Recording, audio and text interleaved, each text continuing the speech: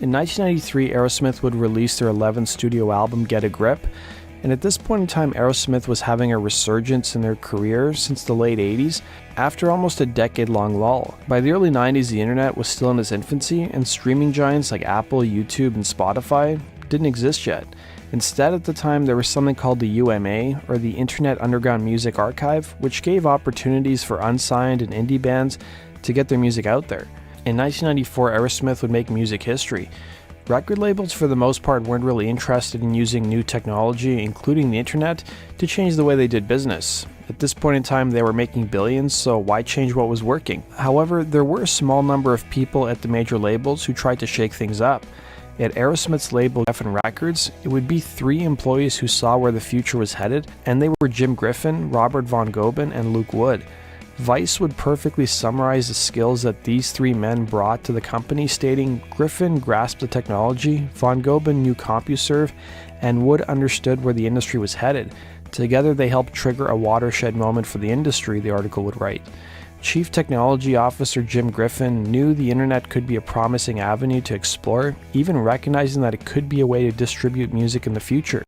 But he was dealing with a label, and more specifically a parent company, who were stuck in their old ways of doing things and more focused on short-term goals. Griffin would recall to Vice what Geffen's parent company Universal had told him once he was hired in 1992, revealing, "I was warned technology wouldn't be a priority." Von Goben, meanwhile, would start his career at Geffen in 1993, working in the graphics art department. He was an early adopter of the internet in his personal life, and it wasn't too long after that he headed up Geffen's online services division and created one of the first corporate intranet sites called Geffen World. He would also soon establish websites for the label's roster of artists, including Guns N' Roses, Nirvana, and Beck. The label would allot a budget of $300 for each artist's website. It's hard to believe now, but back then, labels who were creating these websites for their artists had no idea what to put on the websites. Eventually, they figured out it would be a good location to publish tour dates, release samples of upcoming releases, and connect artists with their fans. The Orlando Sentinel published an insightful piece in November of 1993 where they wrote, "Where's the first place you could have heard a track from the forthcoming Guns N' Roses album, The Spaghetti Incident? Not on MTV, not on your favorite college alternative radio station? The answer, your home computer." While the internet was developed by the United States Defense Department and dated back to the 60s, it really wasn't widely available to members of the public until the late 80s and early 90s. Back then, the first major commercial online service in America was a company named CompuServe. CompuServe featured primitive versions of things that we all take for granted today, including email, discussion forums, technical support, and online gaming.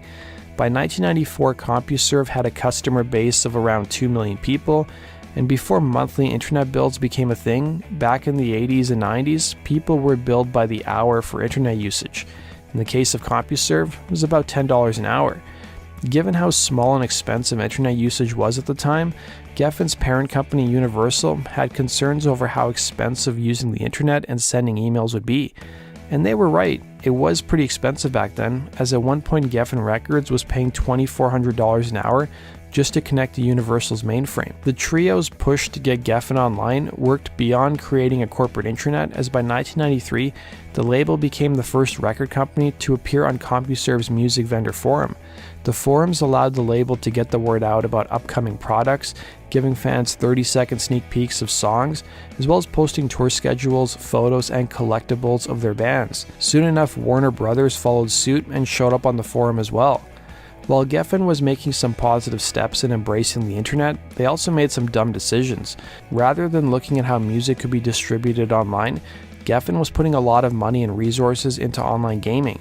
Retailing at a price of $34.95 in 1994, Geffen was pushing a game called VidGrid that had players assemble a jigsaw puzzle over a pixelated music video from artists who were both on their label and from other record companies.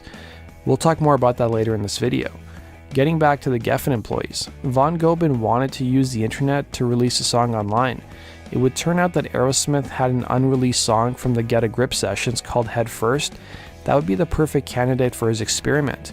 He wanted to give the song away for free and see how the public would react, but it was an uphill battle. Von Goben had to get buy-in from Aerosmith, CompuServe, and Geffen Records.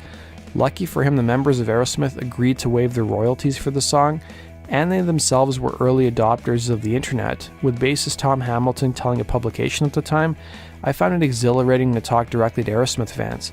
The bassist would enter chat rooms back then to speak with fans and sometimes correct rumors about the band. Von Gobin next needed to convince CompuServe to waive their hourly fee for users so they could download the track. At first, CompuServe balked at the offer, but after a while they finally agreed. The next step was to compress the song into a WAV format, and while it reduced the quality of the song, it was a test to see how internet users would react to the opportunity to download music. To commemorate the event, Aerosmith frontman Steven Tyler would put out a press release that read, "If our fans are out there driving down that information superhighway, then we want to be playing at the truck stop." Released on June 27, 1994, Head First would be the first song released from a major band on the World Wide Web. It was estimated that approximately 10,000 CompuServe subscribers downloaded the track in its first 8 days of release. Of course, back then broadband internet wasn't available, so people had to wait 1 to 1.5 hours to download a 3-minute song that was around 4 megabytes in size. But having an internet connection wasn't enough to hear the song, as your computer also needed to have stereo speakers. Following the song's release, some publications were bold enough at the time to say that this move was the beginning of the end for the music industry. Keep in mind, this was almost half a decade before Napster showed up online. But even a week after the song's release, Luke Woods spoke to the New York Times, where he was quoted as saying some famous last words, revealing, "We did it because it can be done and is cool and is fun, but also to show that there's other issues involved, like how do you collect copyright fees," he'd say. To show how out of touch Billboard magazine, a leading magazine on the industry, was at the time, they dedicated a whole feature to the video game VidGrid while having a short blurb about Aerosmith's big achievement. The irony of the whole thing is that Geffen never seemed to follow through with releasing another song the exact same way. The following year in 1995, there was a massive shakeup at Geffen Records as head David Geffen left the label, and following his departure, the label and his parent company Universal focused more on acquiring other labels to stay afloat and focus less on the internet. Meanwhile, the trio of Von Gobin, Griffin, and Wood would pursue other ventures by the late 90s. Von Gobin would go on to become a venture capitalist in Silicon Valley, while Wood would become the chief operating officer and president of Beats Headphones. Griffin, meanwhile, would become an expert in digital music distribution.